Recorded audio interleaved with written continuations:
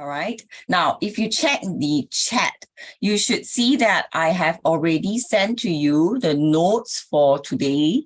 Okay, I have prepared the slides for you.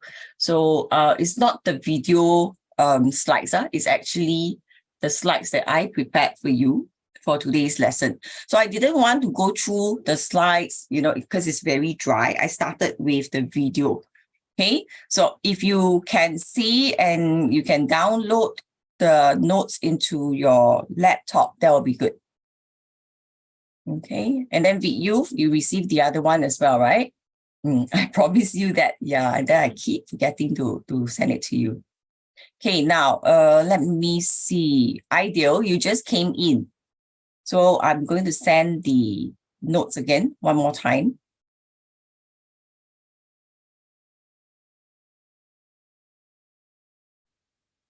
Ideal, can you see the attachment? I sent a PDF. Can you download it? Save it into your laptop. Okay. All right. So let's go on first. Later, there's one more video. Okay, and that is quite interesting as well. Can you see my slides?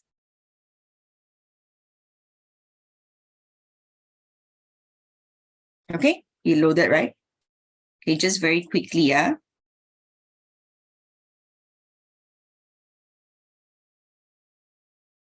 Okay, so these are the main objective, okay, of this topic. You must understand the function of the different parts, okay, and then you must know that the nucleus contains chromosomes, it contains the DNA that actually is passed down from one generation to another. This one, no problem. You have learned it in P6, okay, or some of you P5. Now, take note, the current new students in P3, they are no longer going to learn cells. Okay, so for them in Sec 1, probably it will be tougher. They will not be learning cells when they are in P5. It's taken out of their science syllabus. But the P4, 5, and 6, they are still doing it. Okay, it's just that the new batch of students that enter P3 taking science, their syllabus is different. So for y'all, because you have learned it before, it's going to be easier to understand. Okay, now you also have to know that multicellular organism. Multicellular means made up of many cells, like us. Okay, like us.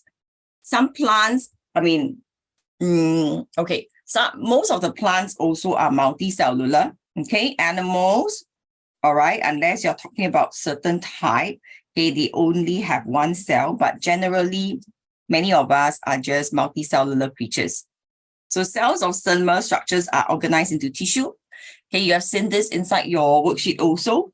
Okay, and then tissue make up the organ, right? And then the organs are then organized into systems, and the many systems actually make an organism. Like us, we have many different types of systems that help us to function well. Okay, you need to know what is division of labor, all right? And identify the different parts of an animal cell, all right, as well as plant cell, then need to do the comparison. Okay, typical plant cell, typical animal cell. That means the one in general. You don't have to know exactly the different types of cells and their parts. Okay, just a general one like this. You also see this in the video, but there are a bit of differences. There's just one or two differences. Some schools do a lot of the parts because they want their students to study biology. Okay, some schools actually say that, all 3 sciences must be studied in upper secondary. Some schools only do 2, right? So if you are going to think of, if you are considering doing pure biology, this will be very useful. So I talk about vacuoles, right? Okay, in a plant cell is a big one. But then in the animal cells, it's not that they are not there. Okay? If they are there, if the vacuoles are there, they are very tiny. This is the difference. Then the cell membrane, okay, partially permeable. What's the meaning of partially permeable? Do you remember what was being said? Anyone remember from the video? It was a very quick one it mentioned. Yes, with you. Partially permeable is like it will only allow some amount of substances to enter. Correct. Okay, so they only allow partially, that means only some, not all. Okay.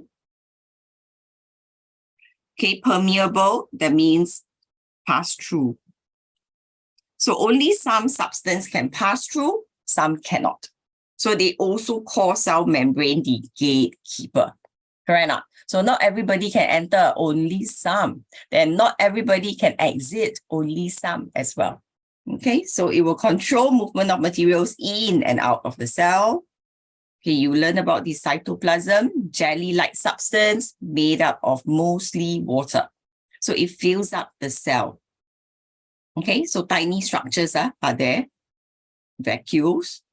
Now, the chemical reactions take place here. Just now the quiz question asked, right? Yeah, so this is the one. So the vacuoles, they are small and numerous, okay? Right, so there is actually a membrane, okay, that covers them. Then they contain air, liquid, or food particles. Nucleus, control center, it controls all the activities, right? Chromosomes are found in the nucleus. So see, these are thread-like structures that contain DNA. Okay, just now you saw in the diagram, you have the notes ready here, so you can see the diagram. Can you see those curly lines inside the nucleus? Those are chromosomes, right? You didn't see it in the video, but it is in our slides. So it contains DNA. DNA is actually the information that is being passed down from one generation to another. So let's say if you have double eyelid, so you check your parents, both of their eyes, who do you get the double eyelids from? Right? And then if let's say you have the kind of ear loop, okay, different type of ear loop, you learn this in primary school, isn't it? Okay, the genes that you obtain, okay, if your father and mother are both very tall, you will tend to be very tall also. Okay, so if your father is taller, your mom is shorter, you should be in between in general. But of course, your lifestyle, the way you lead your life, the food you eat, the exercise you engage in will also change your height. Okay, yeah, like my brother, okay, I have two brothers, one older, one younger.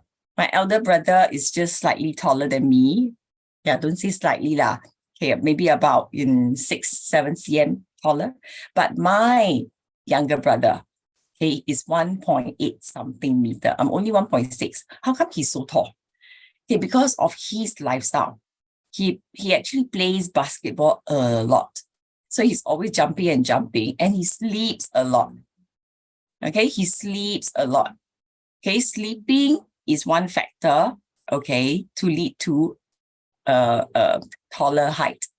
It's really one factor because when you sleep, that's the time your body can keep growing. Growth and repair takes place then. Do you all know that?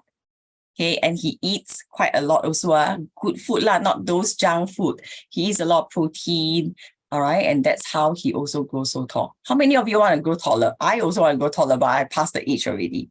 You are still at this age, you can grow tall. Make sure you have enough sleep. Clear? Make sure you have enough sleep. The lesser you sleep, right? Okay, the lesser your growth. So Hein, you want to grow tall, make sure you have enough sleep, at least 7-8 hours or even 9 hours if you can.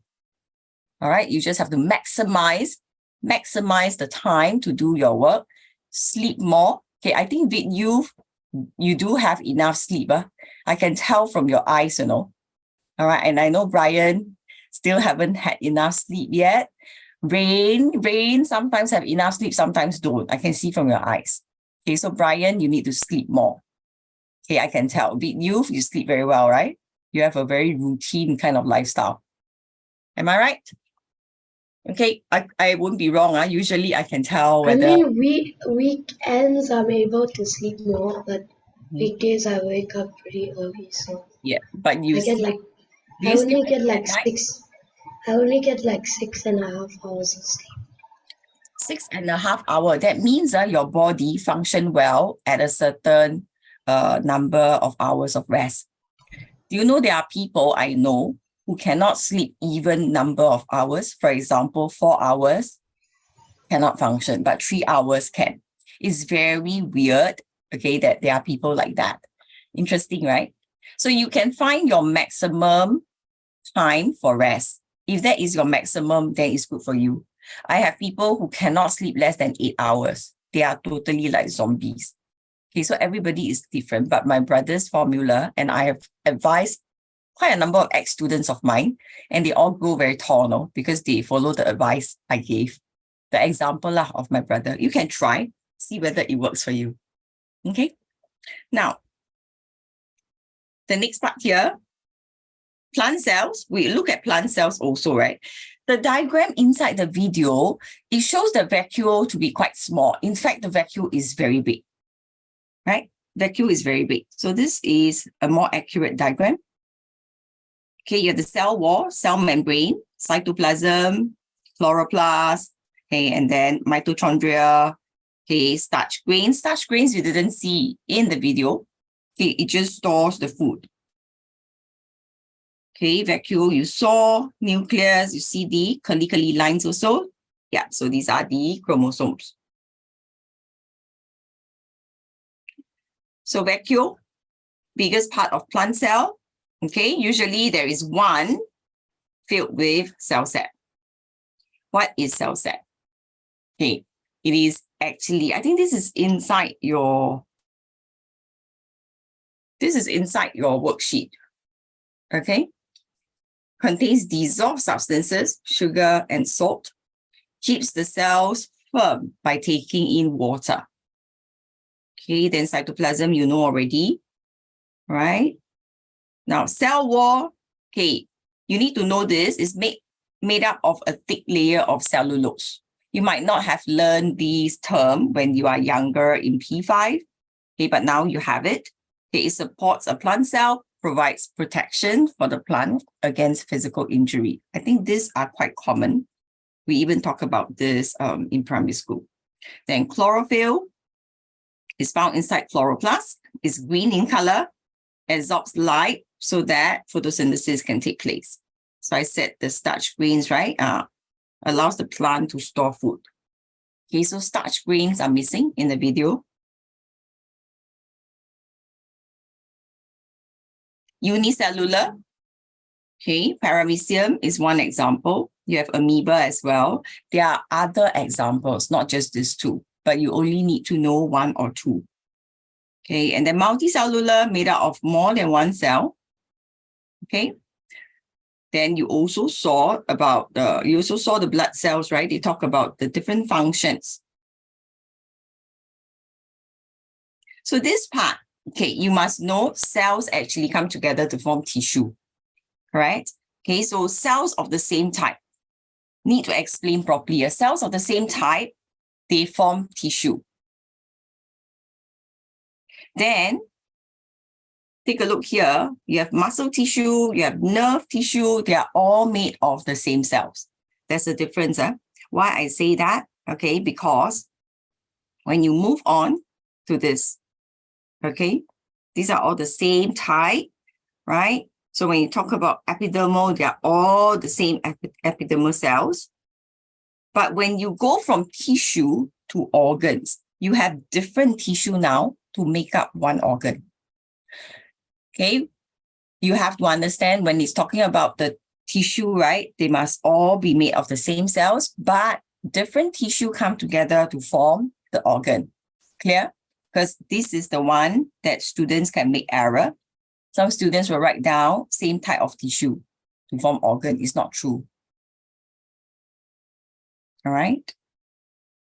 Okay, so this is the stomach wall. How many types of tissues? 3 main types. The heart also, muscular tissue, blood tissue, connective tissue. Yeah, just some examples here. Okay. All right. So if you compare, for the plants, right, they have organs such as leaves, stem, roots, and flowers. So these are the tissue that are found. Okay, so every plant organ performs many different functions.